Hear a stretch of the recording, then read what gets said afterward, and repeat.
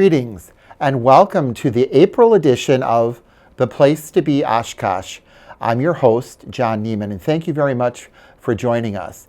I know you're probably thinking the same thing that I'm thinking is, where did the time go? It's already April, and we have a brand new show that we're excited to talk to you about. But first of all, as I always do, this show would not be possible without my faithful sponsors. So I'd like to thank the sponsors who provide for this show so I can talk about all the wonderful things in Oshkosh. So, of course, the Friends of OCM, Oshkosh Community Media. I've been a part of Oshkosh Community Media for over 20 years. I love what they do and what they do in our community. And then also we have the Oshkosh Herald, our local community newspaper, Karen and the Oshkosh Herald. They do such wonderful things. They cover everything going on in our community, especially with pictures. You know, people love to pick up a paper and look at the wonderful pictures of things going on. So thank you to the Oshkosh Herald and Karen. And then finally, set design is by Brian at UBloom on Witzel. Now, the month of April brings many celebrations, many holidays. So remember, Easter takes place in April, and also Administrative Professionals Day. So if you're looking for something unique, check out Brian at UBloom. He has candy, he has clothes, he has jewelry, he has silk, he has live flowers. He has so much in that shop. So check out Brian at UBloom. Where can you see The Place to Be Oshkosh? Well, of course, you can see us on Life TV, Spectrum Channel 2.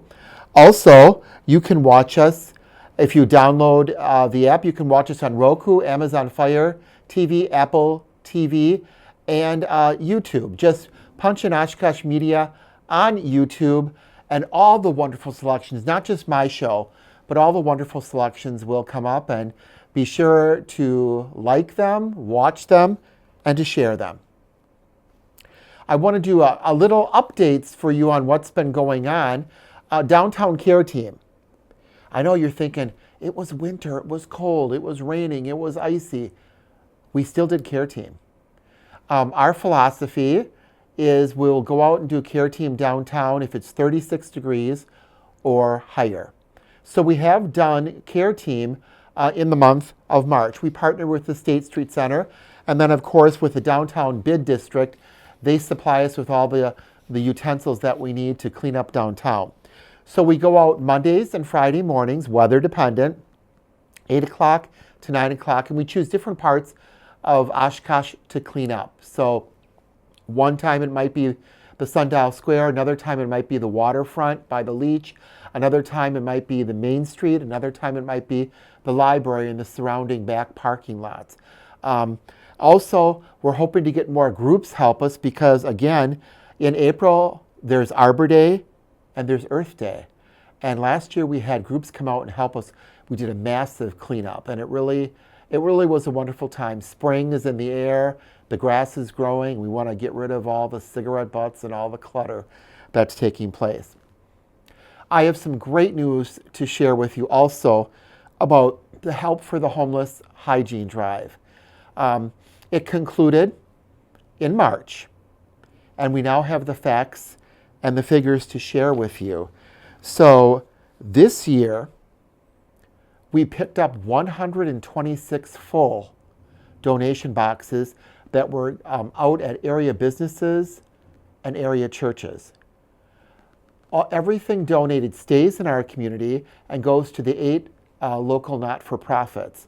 The really exciting news, which shouldn't surprise me, Oshkosh is my hometown, born and raised, and I know how generous the people are.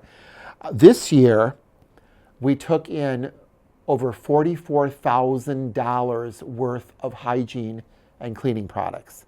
Let that sink in. $44,000 compared to last year was $40,000. So no matter what's going on in our world, Oshkosh cares. And the people care for those homeless, for those less fortunate than us who need the hygiene products, who need the toilet paper, the cleaning products and that. So I really want to thank everybody, especially those businesses that stepped up, not only took a box, but they also did the PR for us on their own websites, on their own Facebook, and got the word out. And we're very, very pleased with the community support for Help for the Homeless. Also, the month of April is National Volunteer Recognition Week. And you know how much I love our volunteers.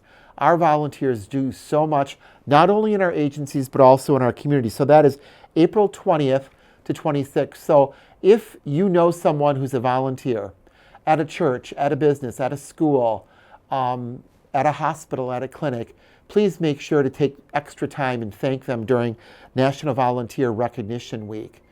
We appreciate everything that our volunteers do. And also a date to get on your calendar, the United Way is doing their 28th annual Day of Caring.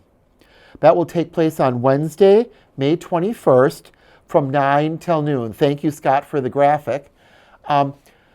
If you've never tried volunteering on before, if you just retired and you want to try it on, the Day of Caring is a perfect place to try it on because all businesses and churches will have projects that day, and you get assigned to whatever you would like to do, whether it's painting, cleaning the yard, cleaning, things like that. So contact the United Way if you're interested in more information on the 28th annual Day of Caring. That's my update. I know that was a lot of information, but it's a lot of information to share about what's going on in our wonderful community. Stay tuned, and we'll be back for our second segment of our April edition of The Place to Be, Oshkosh.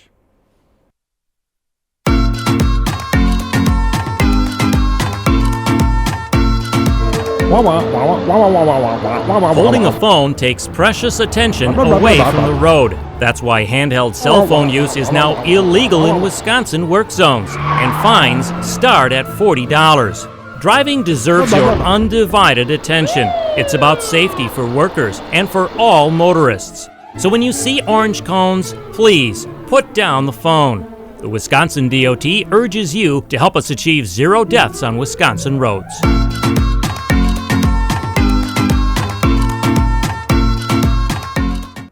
Hi, and welcome back to our April edition of The Place to Be, Oshkosh. I'm your host, John Neiman. I'm very excited to have this guest on our show today who's going to talk about a place that I've been working with for 3 years with our downtown care team. So this is Kayla Rodriguez. Hi. Welcome to our show. Now, do you want to tell us what your title is at State Street, what got you interested in State Street, and how long you've been there? That's a lot, isn't it? Yes. Okay, well, first I'll start by saying that my official position is mental health co-responder, so I'm embedded in the Oshkosh Police Department. So I'm not specifically a staff member of the State Street Center. Julie is the main person that works there and runs things over there. I'm just kind of here on her behalf. But I have worked closely with Julie and the State Street Center along with Officer Zapata. You know, we try to pop in there. Community-oriented policing is a big thing that we try to do, and so connecting at the State Street Center is one of the things, and one of the ways in which we do that is by stopping over there, you know, playing pool with them, doing a puzzle, and engaging in the activities with them. Aside from that, when there's extra coverage needed or assistance needed, I've been one of the people, along with other county workers, that have gone in to fill in or help out at the State Street Center. And tell us what we're looking at now for our TV audience on the screen. So this is the State Street Center.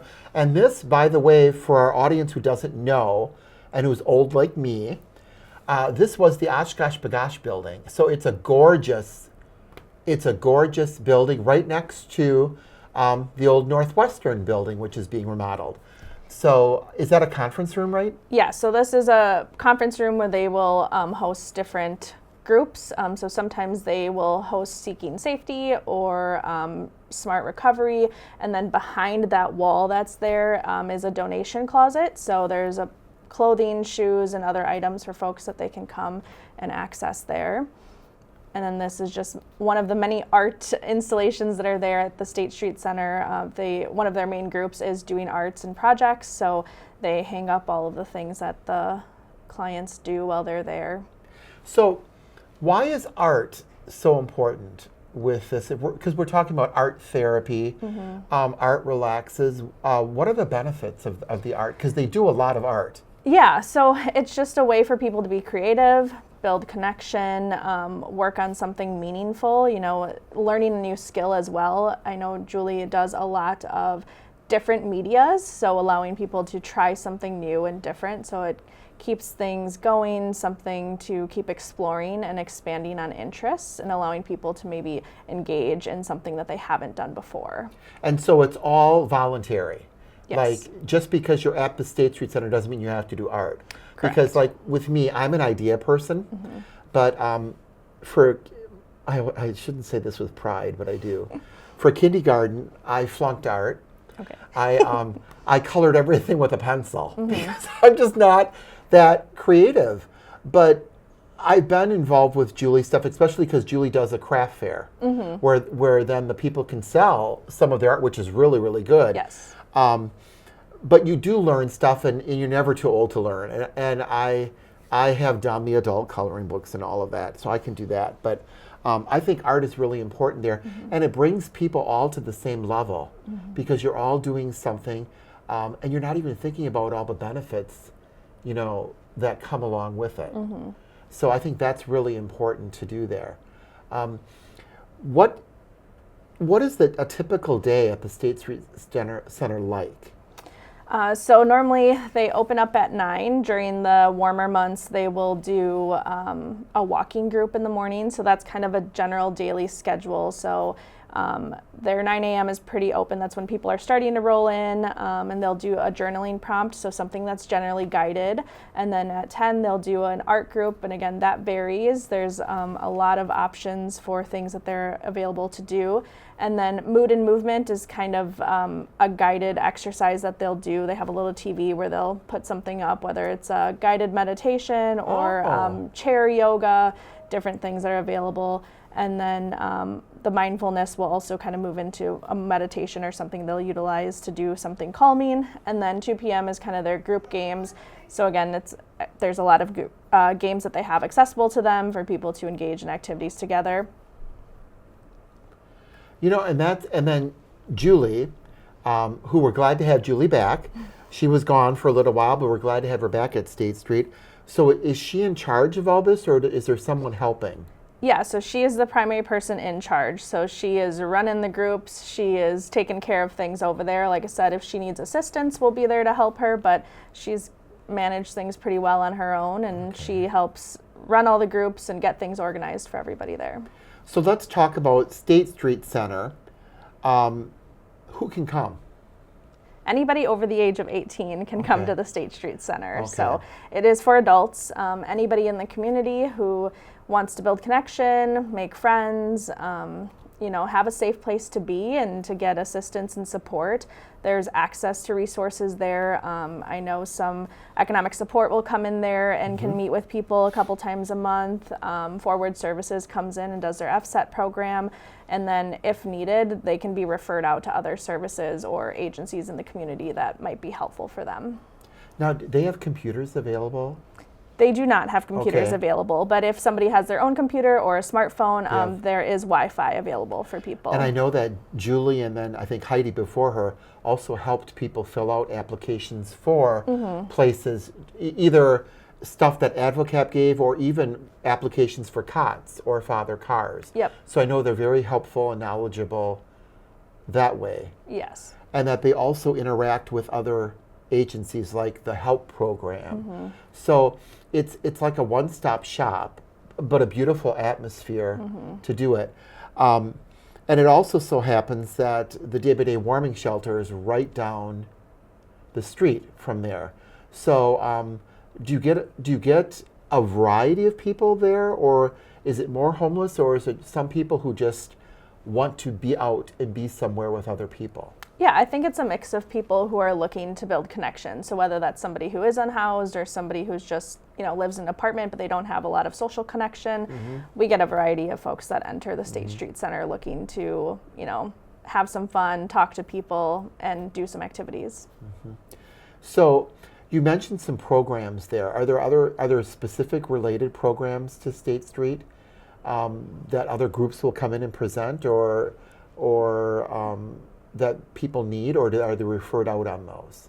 I think it depends what the need is. I think Okay. it kind of fluctuates. I know, like I said, they've had the Seeking Safety group be ran by other staff members at the So county. can you talk about what that is? I don't know enough about Seeking Safety to Yeah. say, but it's a group that is run for people to kind of learn skills. So it's a specific therapeutic group that's ran. And so then people who are at the State Street Center can engage in that, and it's kind of a scheduled weekly thing that they would do. And that kind of ebbs and flows throughout the years of, you know, Okay. what the need is, how many people are wanting to participate. But it's facilitated by like a clinical team to Okay. do that. That's the first I've heard of that. So that's really cool to have, to offer things that people can utilize and put into practice in their lives. Now, other things are also important. So, do you have coffee? Yes, there is coffee there. Okay. Which I think brings people together, especially, we were just talking before the show about Oshkosh and our community and the homeless. And this past winter and spring, even though it wasn't really spring, we've seen a lot of homeless displaced and looking for a place to go. And the State Street is one place that a lot of people have gone to get the coffee. I think sometimes she'll have donuts or treats Yes. there just to get out of the cold. And I know we talked about the library does that, Salvation Army does that, but we've had some bitter cold months here. So how's the assimilation there? Do they want to participate in what's going on, or is it more watching, seeing until they feel comfortable? Yeah, I think it varies. If they've been there before, they want to engage in the activity that's happening.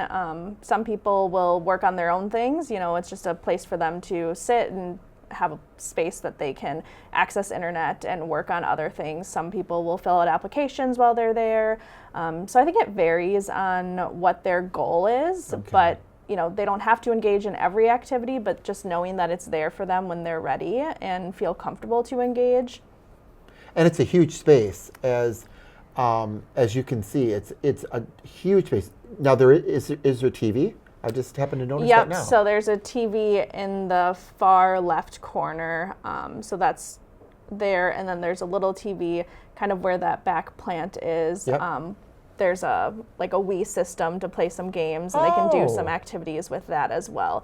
And then there's the pool table, and then there's a couple different table setups where they can sit. There's some for 3 to 4 people, and then larger group tables for more people to sit together.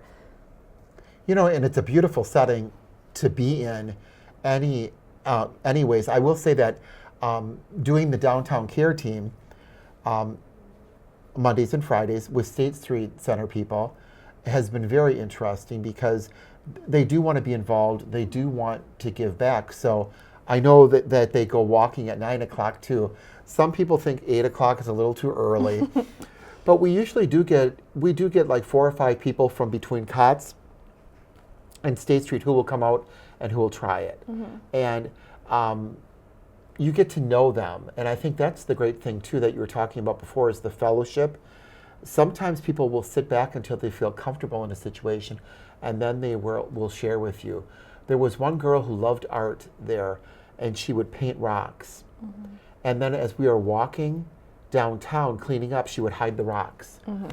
And I just thought, here is somebody in a difficult situation, but she's reaching out to help others, and she's doing it by doing something she loves, which was the painting. Yeah. And so I think that's really cool.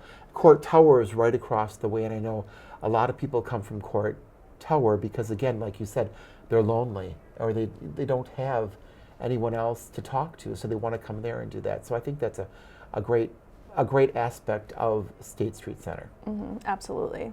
So what made you get into State Street Center? Like I said, it was a part of building connection with the people in the community. So part of my current position, being embedded in the police department, we wanted to build connection with the folks that we might see in crisis in the future. Or we wanted them to know that we were also a resource to them if they needed assistance with something. So we go there and would pop in once a week if we could. And now we have started scheduling a weekly coffee with a cop. So I know the police department typically does coffee with a cop at the schools or some of the other outings, but we have dedicated a Wednesday afternoon to the State Street Center where we'll do coffee with them there, and it'll be myself, Officer Zapata, other officers if they're available, and then we have our canine Gemma as well. And see, I mean, that's the attraction. Nothing personal, but I think that's the icebreaker. I mean, I used to do that too. I wouldn't say I used my kids, but when I was a pastor and I made shut-in visits, I would take my little toddlers along because it was an icebreaker until the person felt comfortable. And I know the canine is exactly the same in the same way. Yeah, we've had a good reaction from Magic, our previous canine, and with Gemma. So it's been a really good connection to build with others. So do you get asked questions? What's the conversation like with the coffee with the cop? Are they asking questions? Or are you just sharing information, or? Either way. Sometimes I think it's a little bit more casual now because we know most of the people that are there and we've built those connections with them. So it's more of a check-in. How are you doing?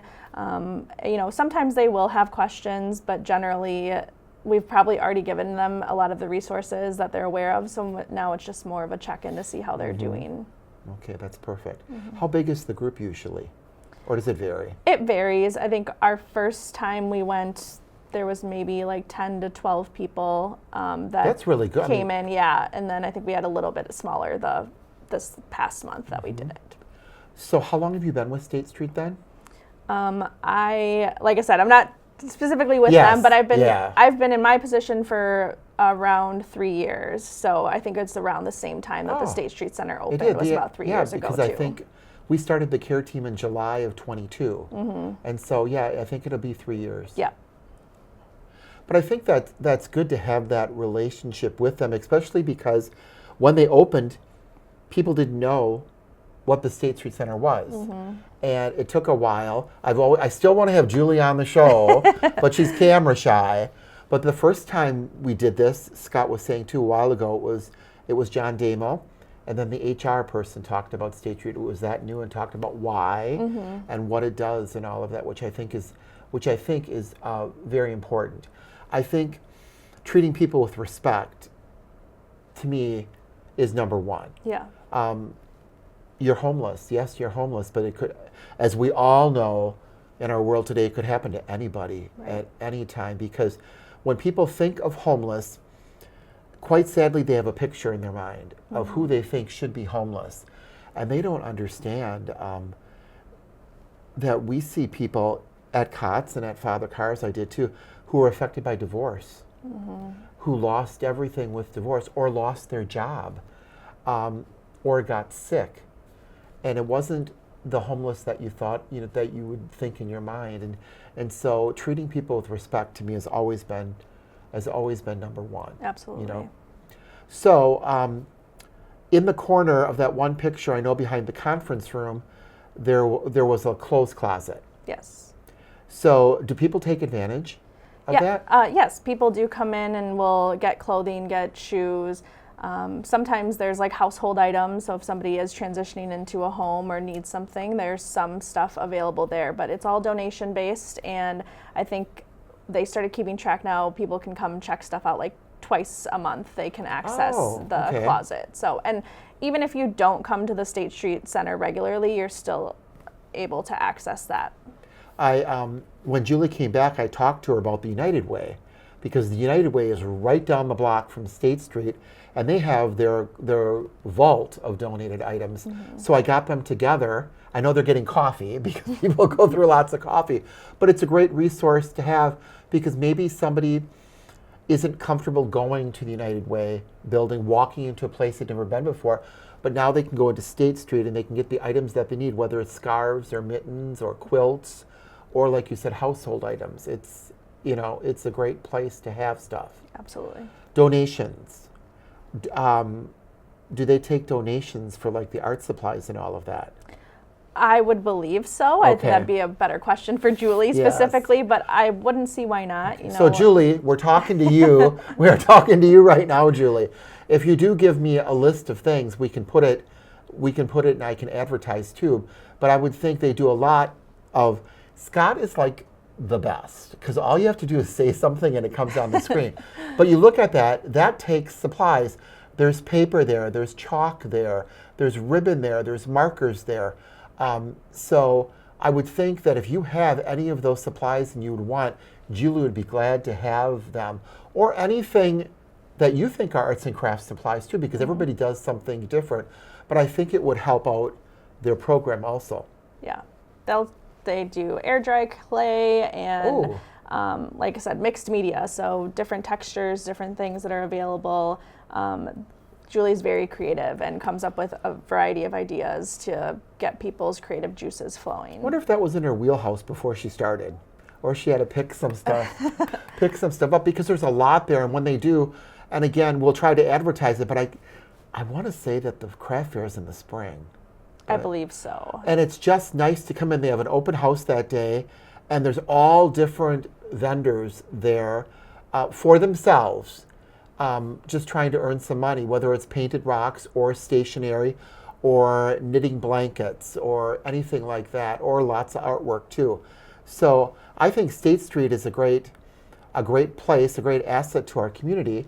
So you go to their website also, and I think you can find out more information, but the brochure is good. The brochure is good too. And just check it out. What I love about the State Street too is there it is. It's within walking distance of so much stuff downtown. The library is right down the street. The owner of TJ's is building the Northwestern building. He's renovating that, which is going to be right next door, which I think is going to be a restaurant. I believe so. And some hotel rooms or something. Oh. Yeah, and they've been doing a lot of work there, but there's a lot going on down there at State Street. So I invite everyone to check it out. So you got into a very difficult field. Yes. Emotionally draining, a lot of time, a lot of effort. What do you get out of it? There's fulfillment for me. I really enjoy the work that I do, and while it's hard and difficult and we have tough cases or situations that we're in, being able to see people do better and get the help that they need is really fulfilling. And being able to directly impact my own community. Like sometimes we think about change and it feels really hard to make change at a state level or, a country level. But when I think about my community and what I can do directly here, that's where I feel like I have an impact. And I know that my wife will not like me saying this again, but I've never taken a job because of the money. I never have. I take a job for fulfillment and helping people. And I can tell that about you. I used to say that when COVID hit. I just started to father cars in a week and COVID hit. And everybody had the masks. But you can see people smile through their eyes. And you can see that they really care through their eyes. And I can see that you do care and that you are making a difference at State Street. I think that's important. And I think it's important for our audience also to support places like this. Because it's casual. You can walk in, you can have a cup of coffee, you can meet someone. If you want to do an art project, do it. If you want to play pool, do it. If you want to talk to someone, do it. And that's the best therapy. So I'm thrilled that you would be on the show today. We're still going to get Julie. Well, I do this every 3 years, so we'll get her in 3 years. But I appreciate the information you shared and the role of the police department and you with State Street. Our time is just about up. I want to thank you guys for watching. It's been a privilege to do this show for so many years. This is the 4th year of this show, The Place to Be Oshkosh, and I want to thank you for watching. Thank the sponsors, and make it a great day, and we'll see you again.